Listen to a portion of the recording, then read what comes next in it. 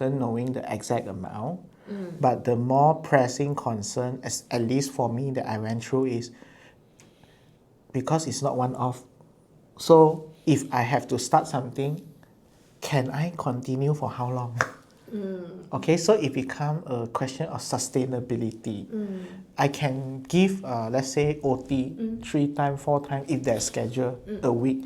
But maybe 3 months later have to stop, then is it good to suddenly reduce or it's better to gradually increase? So that becomes the first question.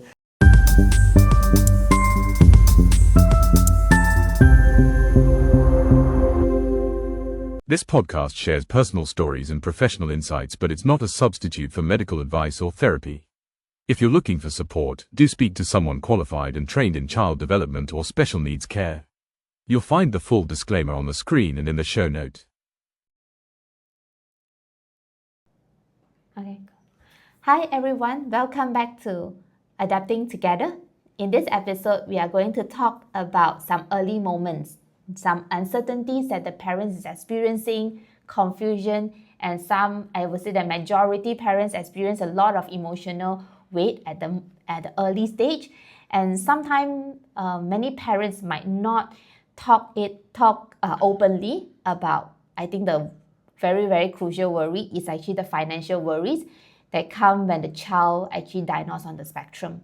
So joining us today is actually our guest and also our host, Kevin, co-host.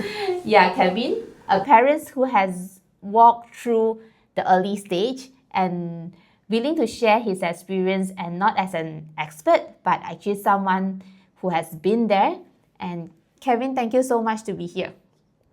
Thank you so much for doing this, especially this conversation or topic that is, I think, can be quite heavy and can be quite new also. But yes. I think it makes sense to talk about the lived experience, which is the real experience that based on my situation only. Yes, correct. So to start us off, can you take us back to the time when you first noticed that something might be different about your child?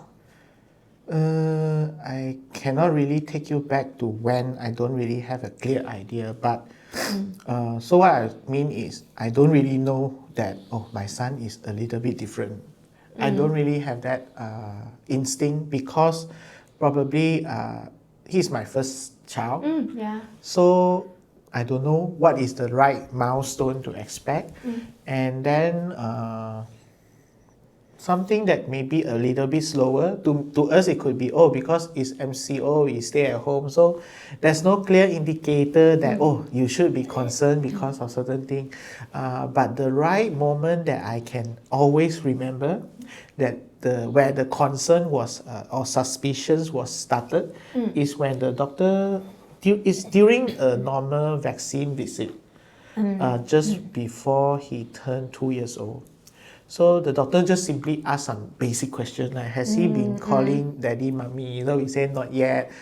Did he respond when you call his name? Say not yet. Then this is when the pediatrician say, I will suggest you guys bring him to see, to do a hearing test and also to see a speech therapist. So that was the time that, this is not right one. That's the moment that these question mark started. Yeah, so it was that time. Yeah, I think, maybe we can find out a little bit more is actually at that moment, what are the main things that is going through your mind after the doctor, asked you to refer. I believe speech therapist is new to you. Very new. Yeah, and the idea of going for hearing test, what happened? Do you think my son cannot hear at all? So what are the things that is actually going through at that? So that suggestion brought up a concern that, could it be that his hearing is not okay? Then immediately I have a lot of reason to justify, no, it's not the case because, he can turn to the Coco Melon music. He respond to his YouTube video. He just don't respond when we call his name. Yeah. So I had my reservation, but to me, doctor say do, I better follow because I'm not doctor ma. Correct, What if I correct. could have avoided or do it faster, but I didn't? So I don't want that kind of regrets in me. So we just asked the doctor, where should we go? So he wrote a referral letter for the speech therapist visit and also the hearing test. So the financial related concern was very minimum because it's always about what is wrong. More concerned about the child. Okay, so at that moment, so basically, and you're not so worried about how much money you're going to spend, so much, but it's like, hey, what's wrong? Why? Yeah, What is I that? think that one took problem? over everything else. Correct, Then the correct. financial, think about it maybe, but it's just a very simple one, like how much will it cost to do a hearing test and to see a speech therapy? So You don't see you don't see that as a long-term thing or something that you're going to do it for long at that moment. never know that. I thought, just go do the test, So pay, test, pay. and then see what's wrong, What's then wrong. do what we need to do. Correct. That's it. Yeah. Correct. That's true. That's true. Can imagine that whole journey, and what were you most worried about? Do you worry about his future at that point of time? In that beginning, before 2 years old, no. But after we go to see speech therapy, we actually see two different ones. I couldn't wait for the one that we made the appointment, so I see another one, I think 2 weeks before the appointment. Cannot wait. Desperate or anxious, I don't know. So the first one told us, your son, he's almost 24 months, but his level at that time, based on everything we told and she observed, it's only about 9 months old, the development milestone. So then only, got this kind of thing called developmental gap. So that was the time that I start to worry. If like that, then what is the implication? Does it mean cannot catch up? So those questions again occupied my mind more than the financial concern. Okay. So when actually did you first start to think about the financial side of things? I think it's when the speech therapist, the second visit to the second therapist, then she suggested that we have to continuously bring him back to attend a speech therapy session in order to help him to catch up. So then that of course is per session we have to pay off. So Yeah, that becomes the correct. first question. So I remember at that first visit I asked the therapist, how many times we need to come Correct. until catch up. Now looking back, I realized that was A package, how such many a package? question that is quite naive because Yeah, correct. while we can do everything we can, but it does not guarantee that the catch up will happen or actually catch up according to the age group, age milestone, gap. yeah, correct. So she told me it really depending on the progress. And I can understand because I also work with people like one-on-one sessions, so I can understand depends on your progress. That means I need to know how much per session. So I think I asked, is it per session or you do have like a package? Because I've been to physiotherapists before, so Yeah. we have package one. So a package should be slightly attractive lah. Yeah. So they say they have lah. The hospital have a package of 4 sessions. The saving is not a lot, but every little thing count lor. I think. Correct. I think it cuts down about 10 or 15 ringgit per session lor. Okay. Which is okay lah, just take it lor. So that's when it started. The first long-term commitment is the speech therapy package. Then from there, after 2 times, the speech therapist say he might have some difficulty in concentrating, maybe sensory overload or whatnot, right? So she suggested that maybe you want to see an occupational therapy. I said, huh? He's not working, why see occupational therapy? It's not working. Yeah, understood. Yeah, so we also follow, we ask for a list of referral, right? Then we go to the occupational therapy that we can find that is available. All got assessment lor. Assessment, okay lah, I understand the first time cost more one because assessment ma. Yeah. But I agree that it's very important to do assessment because otherwise we don't know who are we working on, how to Correct. support, right? Correct. So I think assessment is 300-400 if not mistaken. Yeah, actually, I was about to ask you also maybe can share with our audience, I know that you're going to private, but just would like to know rough idea. So it's like 300-400 for the assessment. Yeah. And how about per session for speech therapy and So occupational that time therapy? it was 2023, 2022. 2022. So the speech therapy cost about 160 or 165 like that after the package. After the package, now after the increased already, discount yeah, of 10 to yeah. 15 ringgit like that. Not percent, Ringgit. Okay. So occupational therapy, the first one that we started it was about 120 per session. No package. Only cash. Oh, that one very troublesome because the time is COVID. I cannot even remember when was last time I used cash. But that occupational therapist only accept cash. So every time, in addition to sending my son to the session, after I drop them, I have to go to find ATM, get cash so that I can pay when they finish the session. Oh, dear. And it's 120, so must make sure can withdraw 10 ringgit at the same time to avoid getting change back. Yeah, because yeah. that time still COVID. People are so scared of money. Yeah. Notes. So 120. So the OT we go 2 times a week. 2 times a week. Wow, that's 240. Okay. Per week. And then speech therapy is almost like every 2 weeks, 1 time, because the therapy schedule is quite packed. All right.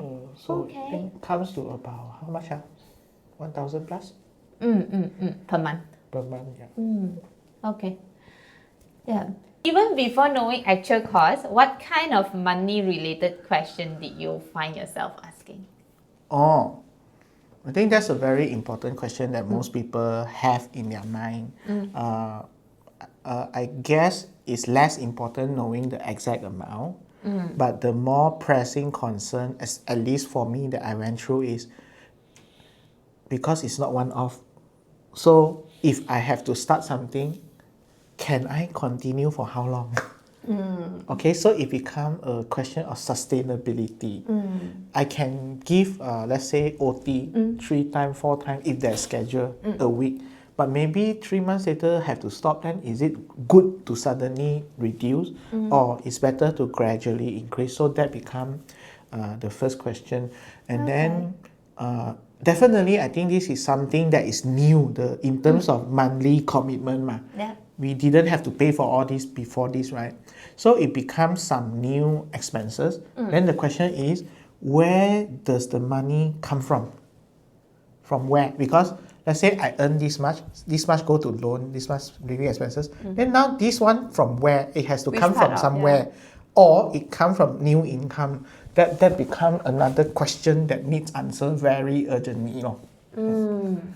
Okay. I believe in that early months, there's a lot of decision that you need to make in terms of getting the right support, assessment, therapy, and also at the same time, also based on your financial state, how do you feel at that moment and how do you act when you have to make decisions so quickly and how you balance that? I give myself a few things. Number one, try not to make decisions too quickly. Because I believe that when we are too stressed, our mind will want us to just do something so that you return to less stress and more normal state. So if we, out of that urge, we simply go and do something, we might feel, okay, done already. But it may not be the decision with the best quality. So I believe that I need time. So we take time. We accept the speech therapy. That's why I also see 2 speech therapy. Then I can assess better. So in the beginning, we actually, because 2 weeks only once, not enough.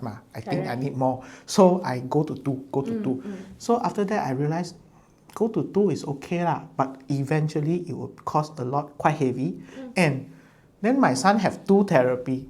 2 different methods, 2 different ways. Might he be confused or not? So it's another question. So eventually we cut that, left 1 only. So going back to give time. Don't rush into a decision so fast. Okay. And also understand at our family financial situation at that time, we not of course, we do have income that we can expect how much income will come in. So based on that income, luckily, this is my work, so I can help myself in a way.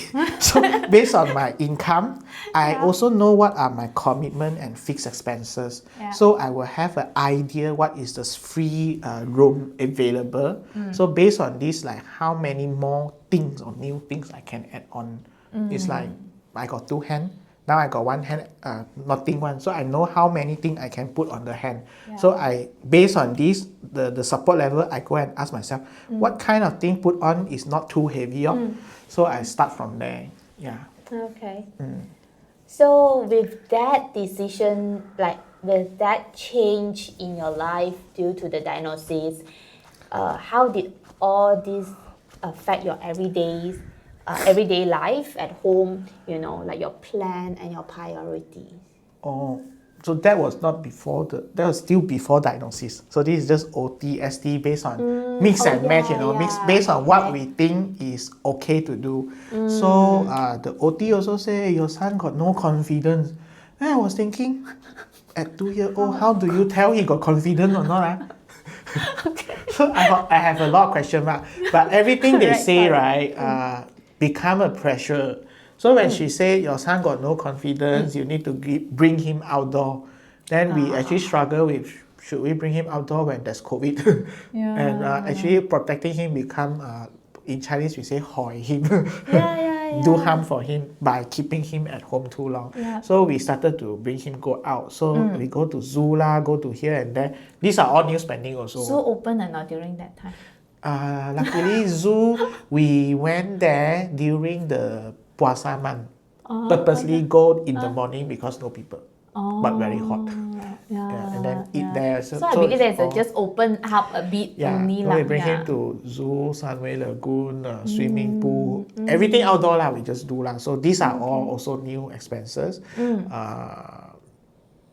Then after diagnosis is where the real issue come. Because after diagnosis, we know, okay, autism, ASD. Then the doctor say you need to send him to do ABA lah, EIP lah. So we follow the list. I read that ABA is gold standard. Gold standard. The gold standard of supporting children who are on the spectrum. So I have this mindset that if it's said as the best one, if it's expensive one, then it's the one. It's the one. So it's my mindset, no right, no wrong one. So we focus on ABA only. We go and look for ABA. This is when the first stress come up, like end of the world, because the first ABA provider we visited, everything looks okay, and until the fee discussion comes in. The fee was half day, 3 hours per day, 7,000. 7,000 is wow. How much is 7,000? I can pay for a new house and new car already. Correct. So then it becomes a question like, should we just go ahead because everything looks well, they look experienced, and this is the first impression last one. So, or we want to continue to research. Going back to I give myself time principle, we definitely have to research one. So we continue to do research on. So after diagnosis is where the real monthly commitment really kicks in. That is also things are pretty clear that your boy really need some intensive support at that period of time. Correct. Everything I said to myself that okay lah, do OTST, he eventually wake up, become okay. The diagnosis tell me that no, it's not like that. So I have to really face the truth, ma. The reality. Okay.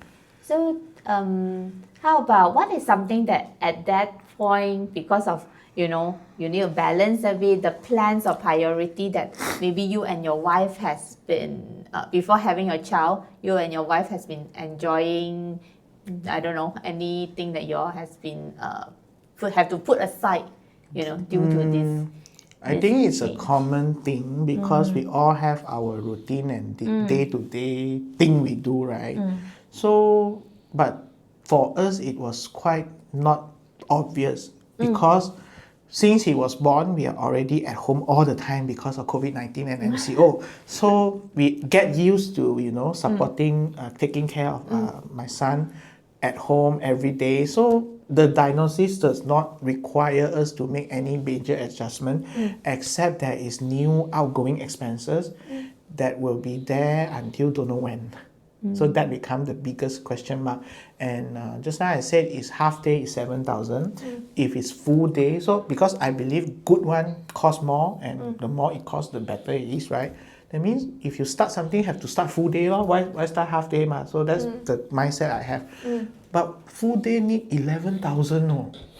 11,000 can easily be a person's whole month income. Then Correct. eat what? Eat air. Yeah, correct. So at that time, actually, I was struggling because I was trying to commit for full day. I think I can imagine your struggle, right?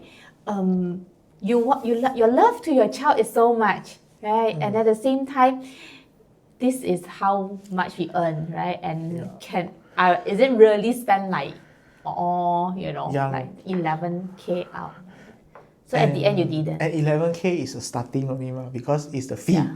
Then they also have, if you late pick up to 10 minutes or 15 minutes, charge you 100. And then you too early send there by 15 minutes or earlier, 15 minutes or less earlier, another 100. Then how time management will be a chaos. And especially then lunchtime, KL jam and all this. Lunchtime must go and pick him up to eat somewhere, and the shopping mall is nearby. Definitely that will become another cost. So I believe it will mostly cost about 13,000, I think, plus parking, I don't know. So I believe it will stay around there. So my perception and belief is that I must give him the best one. Yeah. Knowing you for so long, right? I must give him the best one. I don't want 5 years later, I look back, his progress is not there because we did not. Then I believe money only, so it's okay. So I had this pressure that time. So to the extent that it's a priority, I was willing to let go of what I love doing, my work, to go and look for a full-time job. Because I can still do my work with reduced income, but it's there. A full-time job will make sure it pay everything for the therapy. And I actually I know specifically where I can find. So I called, I got it. About 10,000 can pay already. But I did not accept, because at the end of the day, I believe if I do something that compromise what I really want for myself, how am I going to make sure it can be sustainable? If it's not sustainable, can I pull him out halfway? I don't want that also. So we continue to search out, and we believe sometimes therapy provider, if they have too many terms and conditions and too commercialized, may not means we can feel safe to have our children there. So we continue to search on. All right, now that you are further along the journey, so I believe you were saying that, diagnosed around MCO time and now already 2026. How do you look back at the early phase of the journey?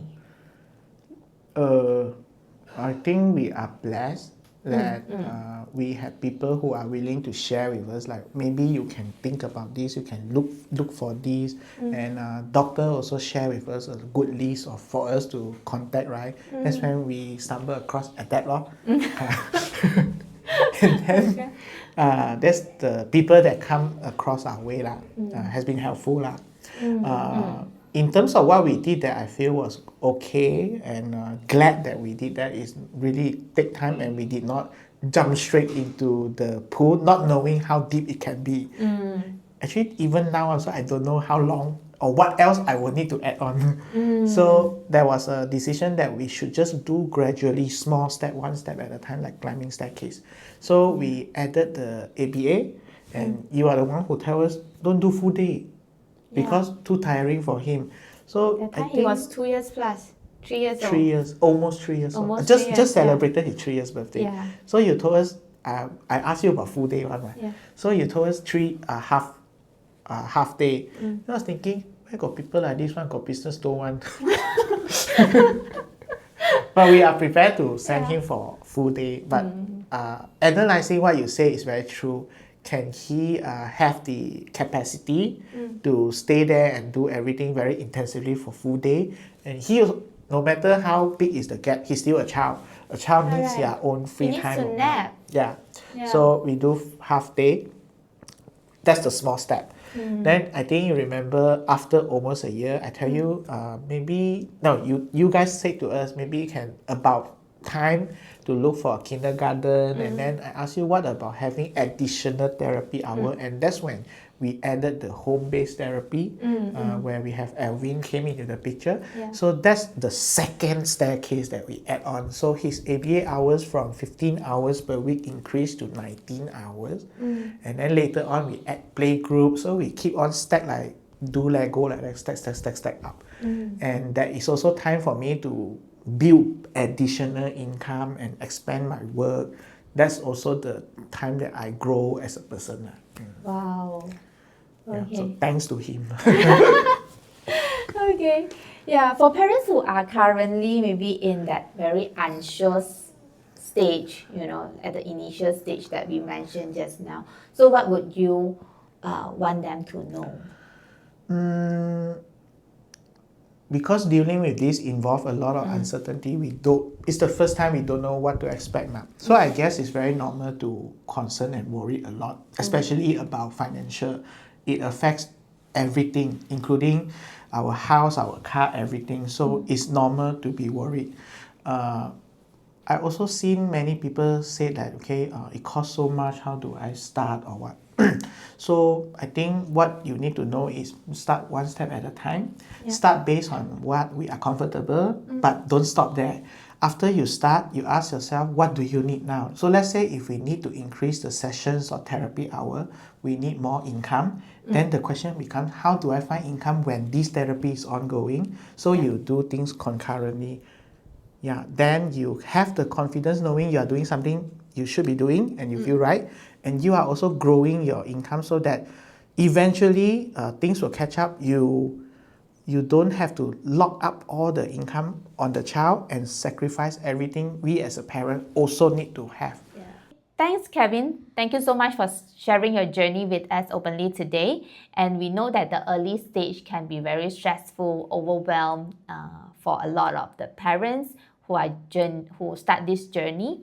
And to all parents who is listening, if you are at the stage of wondering, worrying, and figuring out things, you are not alone. It's okay to take things like what Kevin said, one step at a time. And thank you, all of you, for joining us on Adapting Together, and hope this episode will benefit you and your family.